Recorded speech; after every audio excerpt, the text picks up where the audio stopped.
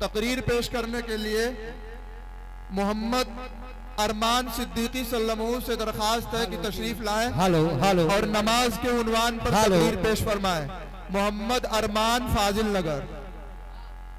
ہالو اور آواز بڑھا۔ ہالو چیک ہالو ہالو ہالو ہالو ہالو چیک ہالو۔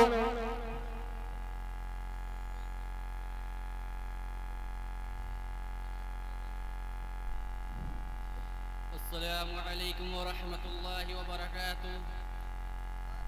نحمدك يا من شرح صدورنا وإياك نصلي وإياك نستعين، والصلاة والسلام على سيد الأنبياء والمرسلين وعلى آله وأصحابه أجمعين، أما بعد، أعوذ بالله من الشيطان الرجيم، بسم الله الرحمن الرحيم۔ قد أفلح ما تزكى وذكر اسم ربه فصلى، وقال النبي صلى الله عليه وسلم قرة عيني في الصلاة، أو كما قال عليه الصلاة والسلام۔ خالق نے کیا بنائی ہے نور نظر نماز، خالق نے کیا بنائی ہے نور نظر نماز، اندھیرا تھا جہاں میں اگر نہ ہوتی نماز۔ مسلمانوں، بہر غفلت پہ تیری ہستی نہیں، بہر غفلت پہ تیری ہستی نہیں، دیکھ جنت اس قدر سستی نہیں۔ محترم بزرگوں اور سامعین کرام اور حاضرین جلسہ، آج مجھے اجازت دیجئے کہ میں مذہب اسلام کے سب سے اہم رکن پر روشنی ڈالوں۔ وہ اتنا اہم رکن ہے کہ جس کے بارے میں قرآن کی سینکڑوں سے زیادہ آیتوں میں اس کام کا کرنے کا حکم اور تاکید آئی ہے۔ کوئی پیغمبر ایسا نہیں آیا کہ جس کو نماز کا حکم نہ دیا گیا ہو اور اس نے اپنے امتوں پر اس کو پیش نہ کیا ہو۔ حضرت زکریا علیہ السلام کے بارے میں قرآن کہتا ہے فَنَادَتْهُ الْمَلَائِكَةُ وَهُوَ قَائِمٌ يُصَلِّي فِي الْمِحْرَابِ۔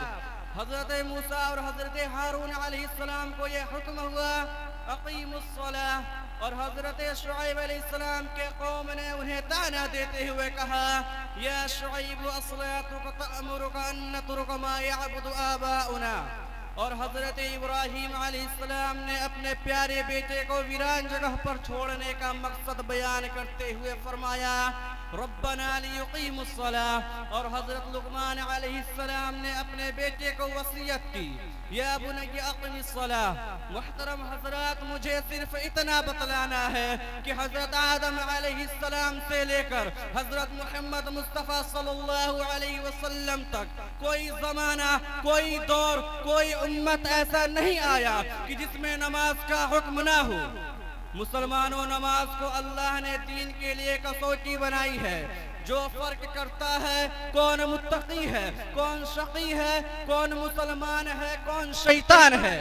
لوگ تو آج اس کو ولی مانتے ہیں جس کی تعویذ سے آرام ملتا ہے۔ لوگوں کی نظر میں ولی وہ ہوتا ہے جو صاحب کرامت ہوتا ہے۔ لوگ تو اس کو پیر مانتے ہیں جو عورتوں کو لڑکا پیدا ہونے کی بشارت دیتا ہے۔ لوگ تو اس کو اللہ والا مانتے ہیں جو غیب کی باتیں بتاتا ہے۔ مسلمانوں، آؤ میں بتاتا ہوں کہ ولی کی پہچان کیا ہے۔ آؤ میں بتاؤں گا کہ پیر کس کو بناؤ گے، کتب کس کو مانو گے، ابدال کون ہوتا ہے، امام کیسا ہوتا ہے۔ یہ کسوٹی یعنی نماز جس کو نبی آخر الزمان شہنشاہ دو عالم صلی اللہ علیہ وسلم نے آسمان سے جا کر لائے ہیں، اگر کوئی اس پر پورا اترتا ہے یعنی نماز کی پابندی کرتا ہے تو پیر بھی بن سکتا ہے، قطب و ابدال بھی بن سکتا ہے۔ اور اگر نماز نہیں پڑھتا تو اس کا کرتا پاجامہ پہننا اور داڑھی رکھنا اور خاص طور سے اپنے آپ کو مسلمان کہنا کوئی کام کا نہیں۔ فرمایا رسول اللہ صلی اللہ علیہ وسلم نے بین العبد و بین الکفر ترک الصلاۃ، کہ بندے اور کفر کے درمیان صرف نماز کا فرق ہے۔ مسلمانوں، یہ نماز ہی ایک ایسی عبادت ہے جو ہمیں اللہ کے نزدیک لے جاتی ہے۔ یہ نماز ہی ایک ایسی عبادت ہے جو ہمیں कुफ्र और शिर्क में ढलने से रोकती है। ये नमाज अगर दुनिया में कोई भी शख्स अपने जिंदगी में नमाज का सहारा नहीं लेता, यकीनन वो कुफ्र और शिर्क की वादियों में भटक जाता है। औलाद की तरबियत करने वालों, आओ तुम भी हमारे नबी मोहम्मद मुस्तफ़ा सल्लल्लाहु अलैहि वसल्लम की फरमान सुनते जाओ। फरमाया रसूलुल्लाह सल्लल्लाहु अलैहि वसल्लम ने कि जब बच्चा 7 साल का हो जाए तो उसको नमाज का हुक्म दो, और जब बच्चा 10 साल का हो जाए तो उसको तर्के सलात की सूरत में पिटाई की जाए।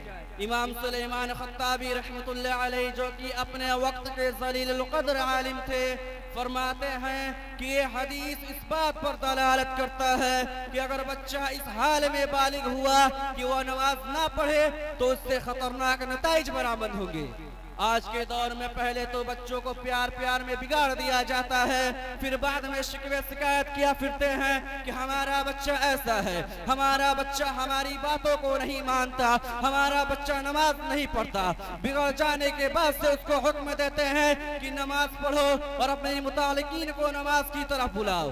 मुसलमानों, नमाज छोड़ना बहुत बड़ा गुनाह है। अल्लाह हम सब की हिफाजत फरमाए। आमीन।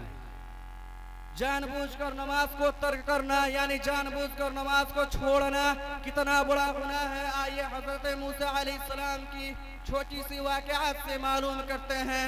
हजरत मूसा अलैहिस्सलाम के पास एक औरत आई। हालत उसकी ये थी कि चेहरा जर्द हो गया था, आंखों से आंसू बह मैं हलाक हो गई, बर्बाद हो गई। हजरत मूसा अलैहिस्सलाम ने फरमाया कि आखिर तुम्हें क्या हुआ? तो उस औरत ने कहा कि मुझसे जबरदस्त गुनाह हो गया है, आप अल्लाह ताला से दुआ कर दीजिए कि अल्लाह ताला मुझे माफ फरमा दे।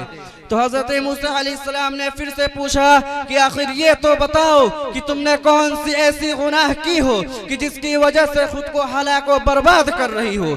तो उस औरत ने जवाब दिया कि अल्लाह के नबी, मुझसे जिना का सुदूर हो गया था और एक लड़का भी पैदा हुआ जिसको मैंने कत्ल कर दिया।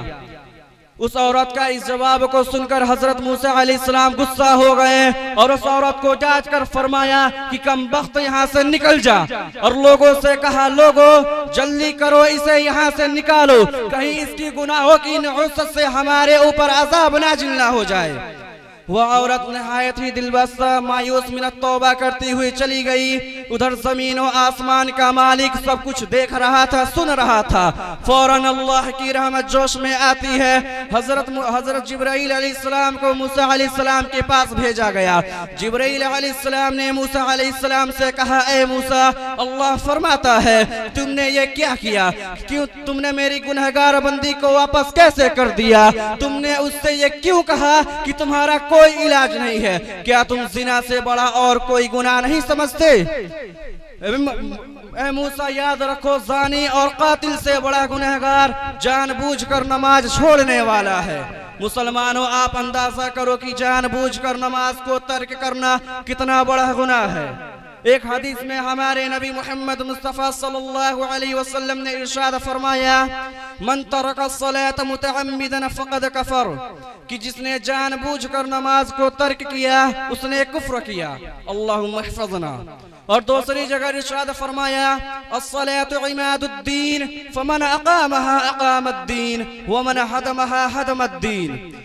नमाज दीन का सुतून है, जिसने इसको कायम रखा उसने दीन को कायम रखा, और जिसने इसको गिरा दिया उसने दीन को गिरा दिया।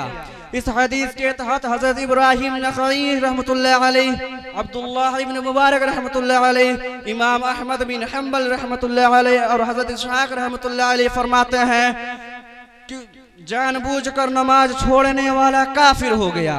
इमाम मालिक, इमाम शाफी और इमाम मोहम्मद रहमतुल्लाह अलैह फरमाते हैं कि उसकी गर्दन पर तलवार मारकर कत्ल कर दी जाए जिसने जानबूझकर नमाज को तर्क किया, क्योंकि हम अपने उस खुदा की नाफरमानी कर रहे हैं जो खुदा इन सारे कायनात को बनाया। जो हम अपने उस खुदा की नाफरमानी कर रहे हैं जो खुदा सारे मखलूकात को पैदा किया। हम अपने उस खुदा की नाफरमानी कर रहे हैं जो खुदा हम इंसानों को अपने मखलूकात में सबसे अफजल बनाया। हम अपने उस खुदा की नाफरमानी कर रहे हैं जो खुदा हमें अपनी नेमतों से नवाजता रहा। हम अपने उस खुदा की नाफरमानी कर रहे हैं जो खुदा हमारी रहनुमाई के लिए रहमतुल लिल आलमीन को भेजा।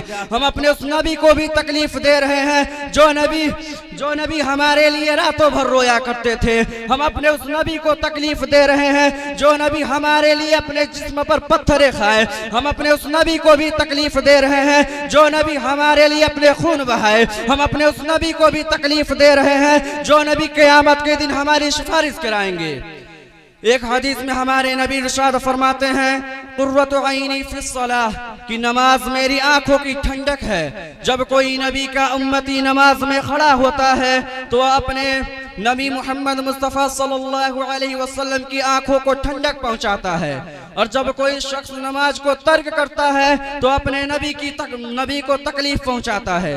मुसलमानों कितनी शर्म की बात है, हम अपने खुदा और रसूल की नाफरमानी कर रहे हैं। शायर कहता है रह गई रस्में अज़ा रूहे बलाली ना रही, रह गई रस्में अज़ा रूहे बलाली ना रही, फलसफा रह गया तलकीन गजाली ना रही। ये मस्जिद मरसिया ख्वाह है कि नमाजी ना रहे, यानी वह साहिब औसाफ हिजाजी ना रहे। मोहतरम हजरात, एक सहाबी ने अल्लाह के नबी मोहम्मद मुस्तफ़ा सल्लल्लाहु अलैहि वसल्लम से शिकायत की। कहा या रसूल अल्लाह सल्लल्लाहु अलैहि वसल्लम, मैं एक मजदूर आदमी हूँ। मैं दिन भर अपने ऊँट के साथ मजदूरी करता हूँ और जब मैं रात में सोता हूँ तो मेरा ऊँट ऐसी भयानक आवाज़ें निकालता है जिससे मेरी नींद टूट जाती है। या नबी अल्लाह, वो बार बार इसी तरह करता है। आपने फरमाया कि उस ऊँट को मेरे पास लेकर आओ, मैं मालूम करूँ कि वह ऐसी हरकत क्यों करता है। वह सहाबा ऊँट को लेकर आपकी खिदमत में हाजिर हुए।